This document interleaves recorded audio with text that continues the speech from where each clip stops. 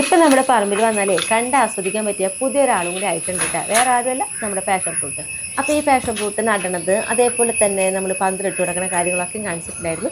ഇതിലിട്ട് കൊടുക്കുന്ന വളം എന്ന് പറയുന്നത് നമ്മൾ കോഴിക്കാട്ടിട്ട് കൊടുക്കും, ചാണപ്പൊടി, എല്ലുപ്പൊടി, പിന്നെ നമ്മുടെ കപ്പയെല്ലുപൊടി ആക്കും.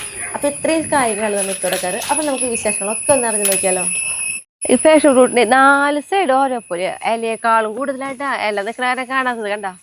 ഇതേ ഇതിൻ്റെ ഉള്ളിലും നിറയെ അതിങ്ങനെ എന്താ പറയുക, ഇങ്ങനെ വീട് കിടക്കണ പോലെ കണ്ട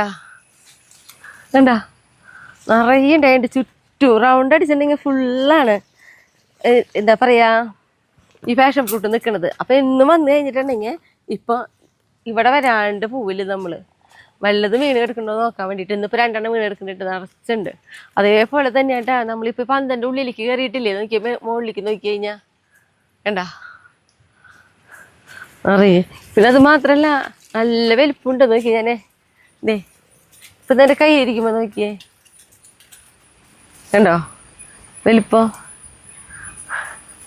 അങ്ങനെ നിറയെ ഉണ്ടായിട്ടുണ്ട് പാഷൻ ഫ്രൂട്ട്. ഇപ്പോൾ 2 എണ്ണം ഇവിടെ വീണെടുക്കുന്നുണ്ട്.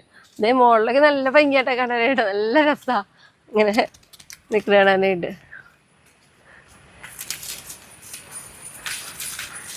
പന്തലിട്ടപ്പോഴേ പന്തലുമ്പോൾ തടഞ്ഞിരിക്കണ പോലെയാ. അല്ലെങ്കിൽ ഇങ്ങനെ അടിയിലേക്ക് എല്ലാം ഇങ്ങനെ വീണ് കിടക്കാൻ പറ്റുകയാണെങ്കിൽ നല്ല ഭംഗി തോന്നിയാനെ.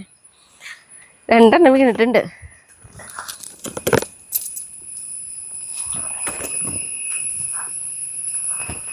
മഞ്ഞ